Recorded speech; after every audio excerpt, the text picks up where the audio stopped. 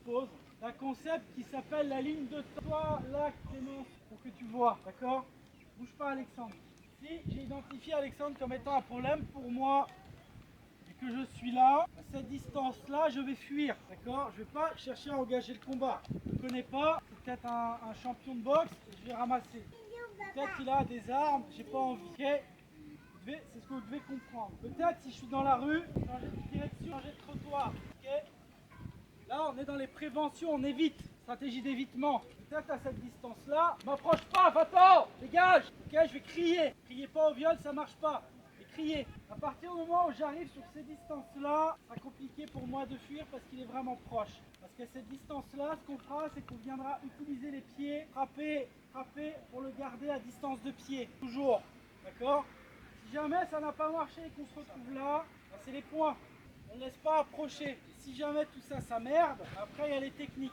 La saisie que je vous ai montré, ou alors s'il approche les mains, je peux chasser. S'il approche les mains, je peux envoyer une grosse droite, une série de rafales. D'accord? Ce que je voudrais que vous compreniez, c'est que ne cherchez pas le combat dans la rue. Okay, c'est vraiment pas l'idéal.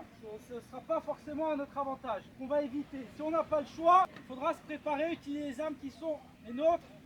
Principalement les pieds, c'est bien. Du coup, on peut régler beaucoup de problèmes à coups de pied. Après, on aura les points. Okay, éviter le corps à corps, éviter de tomber au sol, c'est dangereux. Si vous avez des questions, repartir sur un premier exercice de conclusion. Vous allez vous mettre par deux, restez là. Vous aurez besoin d'un bouclier ou de patte d'ours, d'un couteau. On va faire tous les deux. C'est-à-dire que pour l'exercice, mon partenaire aura les yeux fermés. Je vais être là, je le réveille, il fait sa technique. Si je ne le réveille pas, il prend un coup de couteau. C'est pas le but. Okay, je peux faire ça, je peux arriver, saisir le coup. Voilà, il fait sa technique. Je peux arriver, être là, je frappe, ok, il envoie une série de frappes, d'accord?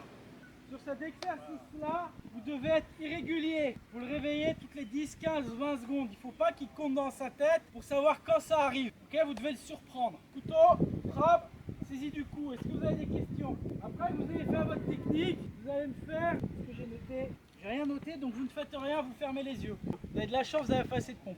Ok? Et bien si c'est clair, préparez votre matériel.